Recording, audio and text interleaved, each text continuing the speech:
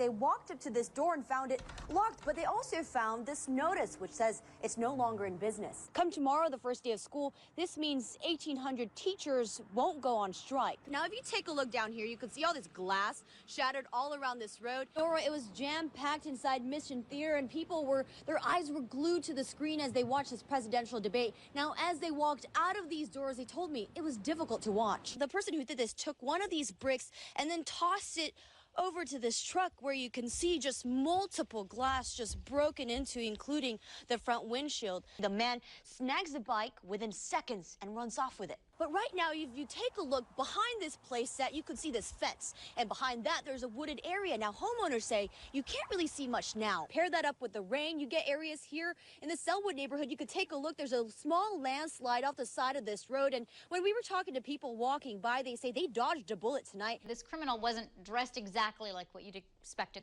criminal to be dressed like, right? No, in fact, he looked like he could have been dressed for the prom, tie and all. Bad reviews on Yelp are still there, nearly 2 years after Dog Star Doggy Daycare in Northwest Portland was forced to close. Brian Wyman has been trying to get his money back ever since. We still had a huge amount of that package left, the majority of it. Wyman, who says he bought $1,400 worth of services from the daycare, says he tried to reach the business several times with no luck. He finally sent us this web link to a form, which was a refund request form.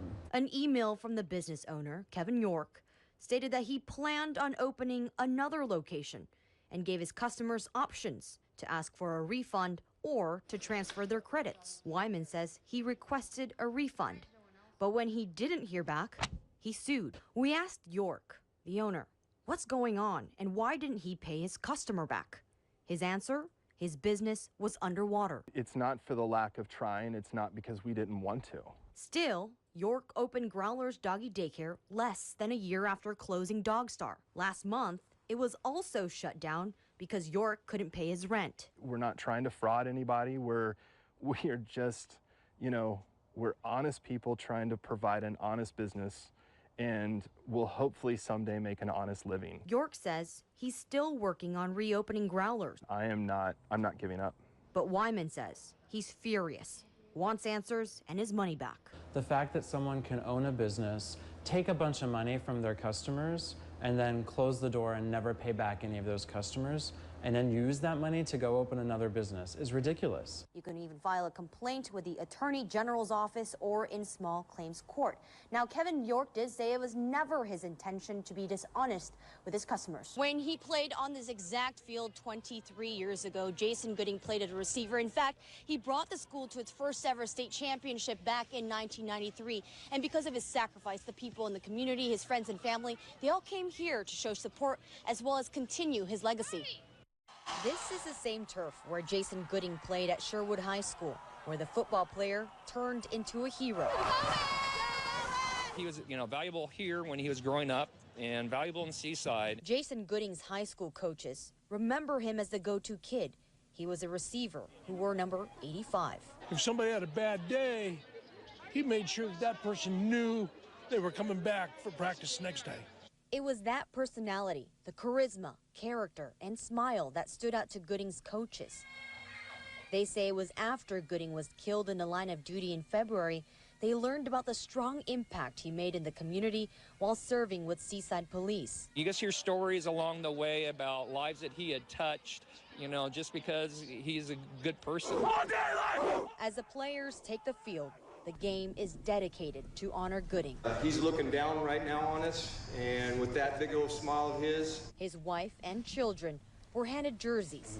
Number 85 is going to retirement in honor of Gooding's life, what he stood for as a student, and the person who made the ultimate sacrifice. I want you to know that he's always special, and you'll always be part of our family. The saying here goes, once a Bowman, always a Bowman.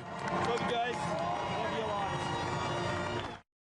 Well, since its passing, the Bowman Foundation has been created, and they're starting a scholarship. There's a lot of people here excited for this because the scholarship will benefit the first responders as well as the nurse. The city says the problem stands over here. These leaves are clogging up, possibly clogging up the storm drains. Here's what neighbors are doing about it. As heavy rains are expected to come Sunday. John Mullenkamp brings out his tools. They can get to be rather ugly. In his neighborhood, he says leaves clog up storm drains, causing a huge mess. Try to do my part by getting all the leaves up out of the street. Our meteorologists say a lot of rain is expected to pour in northwest Oregon and southwest Washington. To put it in perspective, they say so far this year, we've gotten just a bit over 12 inches of rain. And in a matter of a day, we can get a quarter of that. Wow, really? In just one day? That's amazing. I better get my umbrellas ready.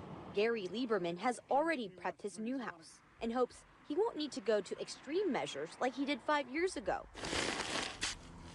My last house, though, we needed sandbags, and I had to go put sandbags along the driveway and along the sides of the house. In case of a flood emergency, the city has several sandbag stations to protect homeowners from damage. Neighbors say they probably won't need it this time, since they've already done the work.